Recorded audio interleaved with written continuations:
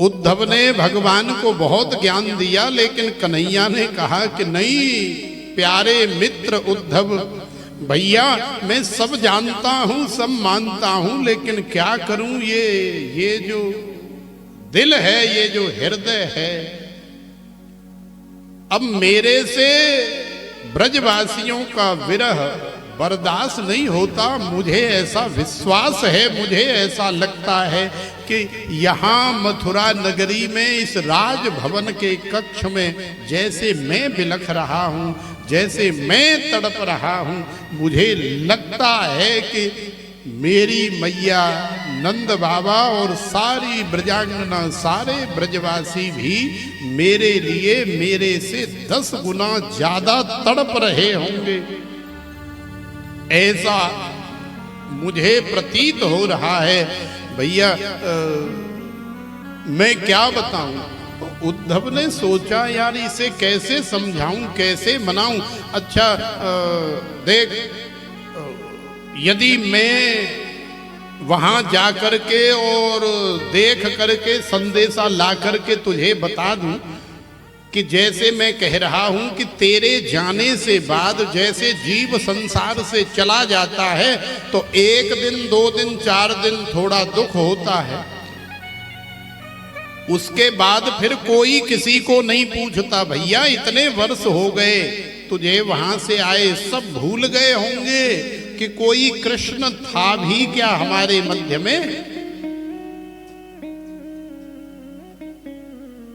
तो देखो श्री कृष्ण उद्धव को ये दिखाना चाहते हैं कि ज्ञान ठीक है, अपनी जगह ठीक है, लेकिन प्रेम से बढ़ करके और संसार में कुछ नहीं होता।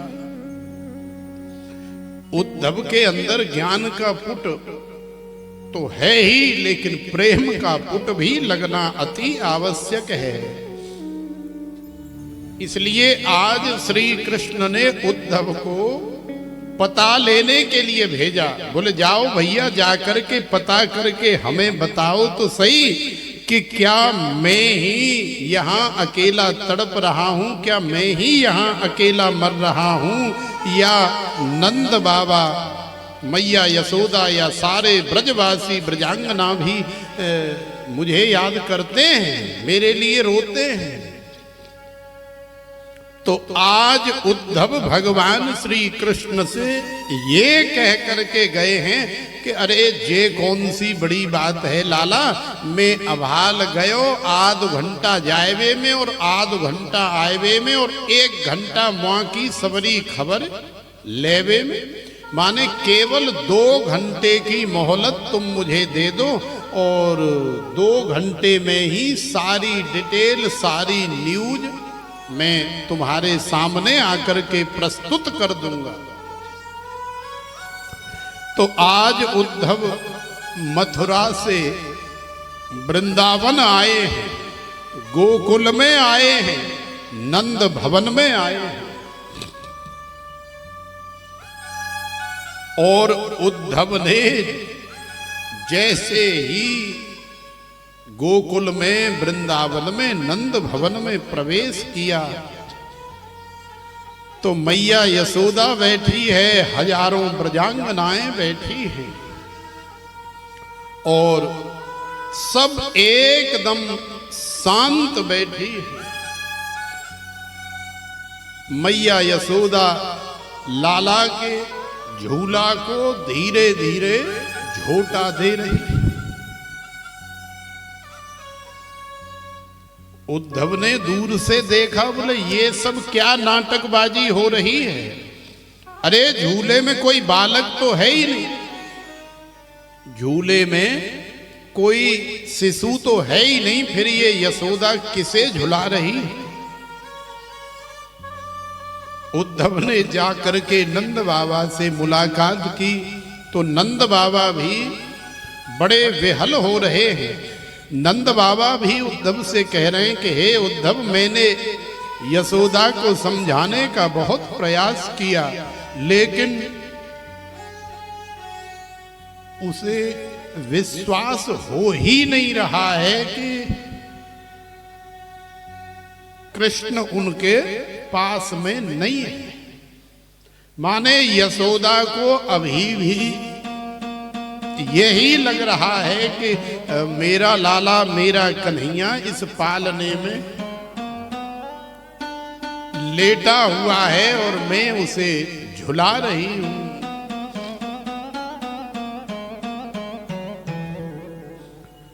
उद्धव ने नंद भवन की दशा देखी तो एक ज्ञान की सीढ़ी तो वहीं खिसक गई। उद्धव का हृदय भी थोड़ा अधीर होने लगा और फिर नंद भवन से निकल करके बाहर आए तो रास्ते में झाड़ियों में छिपे हुए छोटे छोटे शिशु, छोटे छोटे ग्वाल बाल जो बिल्कुल कन्हैया के साइज के थे या कन्हैया से थोड़े छोटे थे,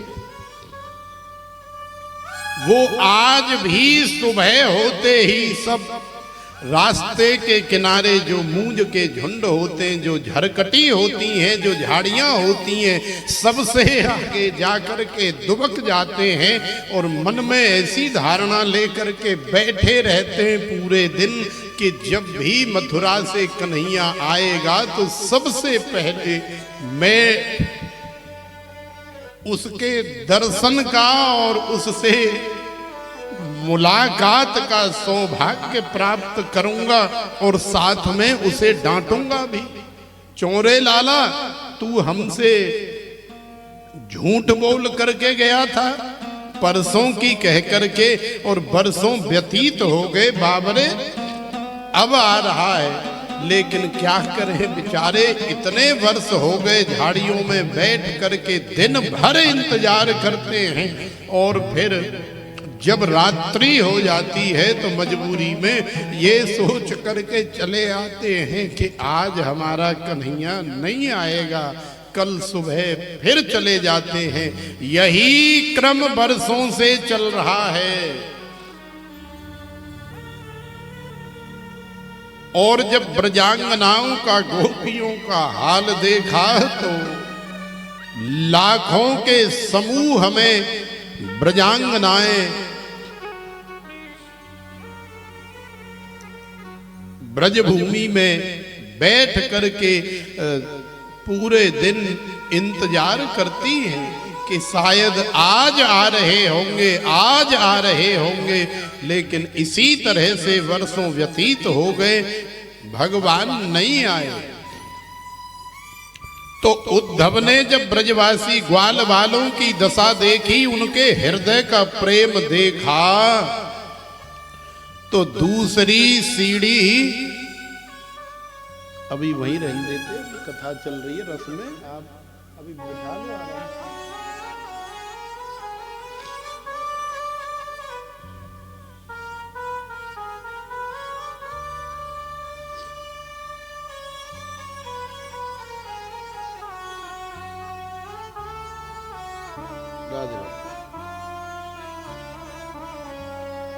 जब भी कोई आए ना तो जब भजन गाते ना तब बुलाया करो, उससे पहले सब कथा सुन।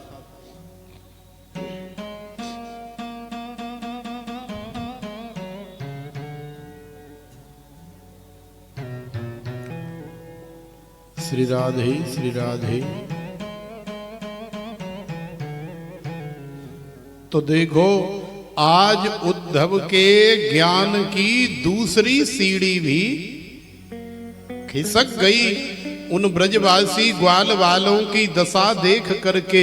और जब आगे बढ़े ब्रजांगनाओं का हाल देखा तो ब्रजांगना भी आपस में न जाने क्या क्या सुनाने के लिए बैठी हुई है, न जाने क्या क्या अपने मन में सोच रही हैं।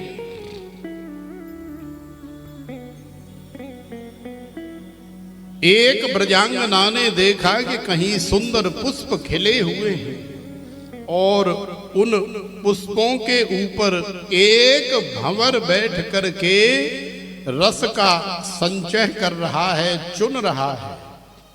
तो उस भौरे को भी देख करके आपस में कह रही हैं कि देखो ये कितना निष्ठुर है, कितना पत्थर दिल है। मुझे तो ऐसा लग रहा है कि इसमें और हमारे कन्हैया में किसी प्रकार का कोई भेद नहीं है। क्यों? क्योंकि ये भी काला है और वो भी काला है। ये भी पुष्प का रस लेकर के चला जाता है, उड़ जाता है, और वो भी हमारे साथ इसी तरह से करके चला गया है। इसलिए मुझे इस भंवर में और कृष्ण में किसी प्रकार का कोई भेद नजर नहीं आ रहा है। दोनों एक जैसे दिखाई दे रहे हैं। उद्धव ने देखा कि यार यहां तो वास्तव में एक अलग ही माहौल है। हम जैसा सोच रहे थे ठीक उसके विपरीत है। माने मैं तो सोच रहा था कि संसार में कोई किसी का नहीं होता है, लेकिन यदि ऐसा होता तो वहां कन्हैया का बुरा हाल है और यहां सारे ब्रजवासियों का बुरा हाल है। आखिरकार इनको आपस में इतनी याद और इतनी वेदना हो कैसे रही है? कारण क्या है? तो देखो, जब कारण जानने का प्रयास किया तो पता लगा कि आत्मा भी एक ही है। यदि हम यहाँ मैनपुरी में बैठ करके किसी को हृदय से याद करते हैं तो सच मानो कोई भले अमेरिका में क्यों न बैठा हो, उसे भी हमारी याद आने लगती है। क्यों? क्योंकि अंतर आत्मा का जो कनेक्शन है ना, वो बड़ा प्रबल है। और कई बार तो कहते हैं ना, आज हमें बहुत हिचकी आ रही है, तो इसका मतलब कि हमें कोई न कोई आज हमारा अपना कोई हमें याद कर रहा है। तो उद्धव ने जब ऐसी दशा देखी तो उद्धव की ज्ञान की सारी सीढ़ियां खिसक गईं, जो उद्धव अपने जीवन में कभी रोए नहीं थे। आज उद्धव की आंखों से झरझर आंसू बहने, और 2 घंटे की कह करके आए थे। जहां चले जाते हैं वहीं 2 दिन 4 दिन निकल जाते हैं। पता ही नहीं लगता कि 4 दिन नंद भवन में कैसे निकल गए, 4 दिन ब्रजांगनाओं के पास कैसे निकल गए, 4 दिन गोप कुमारों के पास कैसे निकल गए। तो देखो, इतने दिन हो गए और भगवान तो सारी लीला देख ही रहे हैं, कर ही रहे हैं, वो जानते हैं। आज उद्धव के ज्ञान की सारी सीढ़ियां समाप्त हो गई और 10, 20, 50 दिन नहीं, पूरे 6 महीने उद्धव के कहां निकल गए। ब्रज में आने के बाद उद्धव को पता ही नहीं लगा। और आज उद्धव जब कन्हैया के पास वृंदावन जा रहे हैं, ये बताने के लिए कि लाला मैं गलत था, तू सही है।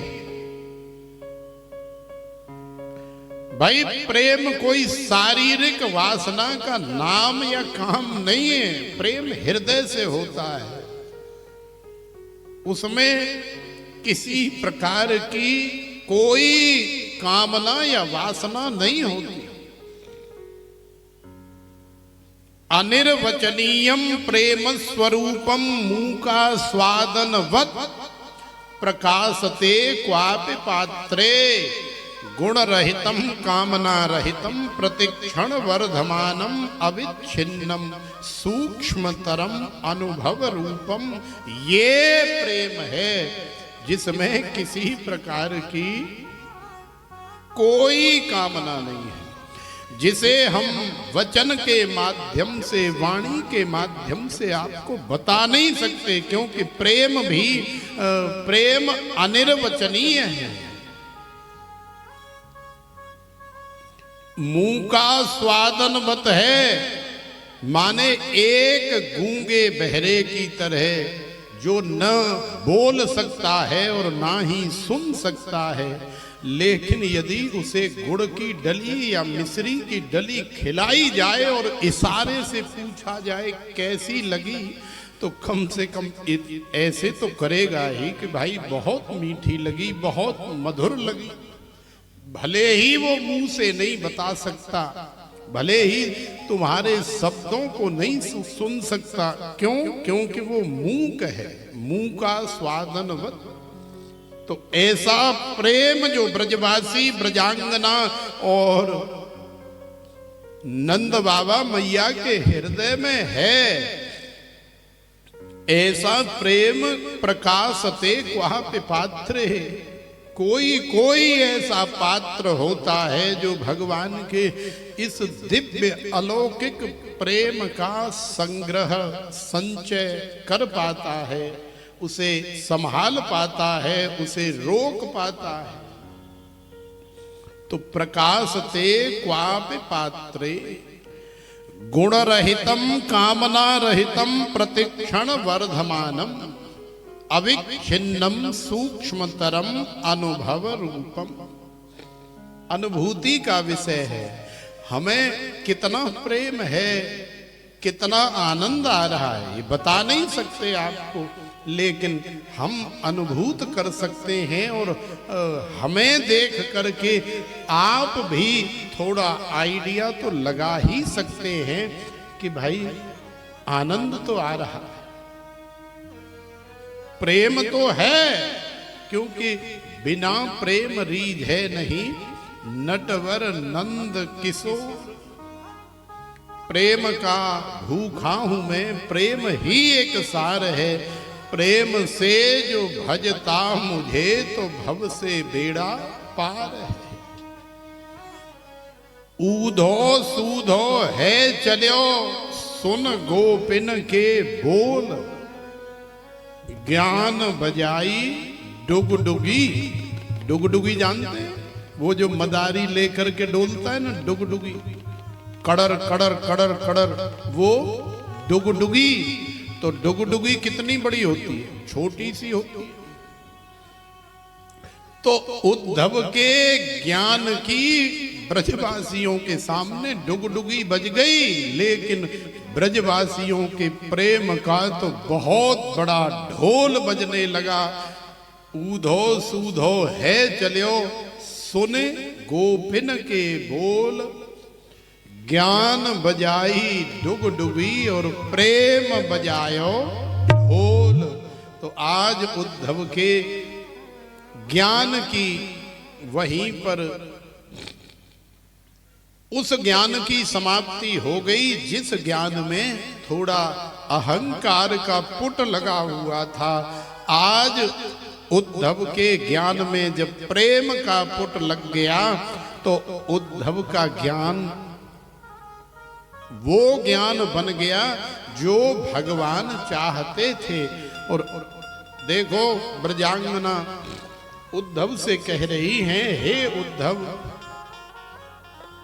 अरे तुम क्या जानो भाई ये प्रेम की भाषा, ये तो हमारा मैटर है, ये तो हमारे अपने अनुभव की बात है, इसलिए तुम रहने दो, हम तुमसे क्या बात करें, कैसे बताएं कि हमें यहाँ बैठ करके श्री कृष्ण के विरह में कितना आनंद आता है। वास्तव में मिलन में आमने सामने वो आनंद नहीं आता है हमें जो विरह में आता है। तो भगवान का जो विरह है वही भगवान की सबसे बड़ी भक्ति है। और इसीलिए भगवान झूठ बोल करके भी ब्रजवासियों को अपना विरह प्रदान कर रहे हैं। आ नहीं रहे, मथुरा में बैठे लेकिन वृंदावन और गोकुल नहीं जा रहे जानबूझ करके। क्यों? क्योंकि पास जाएंगे तो वो याद, वो तड़प नहीं रहती। फिर कोई कान पकड़ता है, कोई गाली देता है, कोई सारे, कोई दारी के, कोई कालिया, कोई कनेटा, कोई कनुआ, न जाने क्या क्या कहते हैं, और घोड़ा बना करके भी कमर पे बैठ जाते। तो देखो ब्रजवासी और ब्रजांगना कह रहे हैं कि ये तो प्रेम की बात है, ऊदो बंदगी तेरे बस की नहीं है।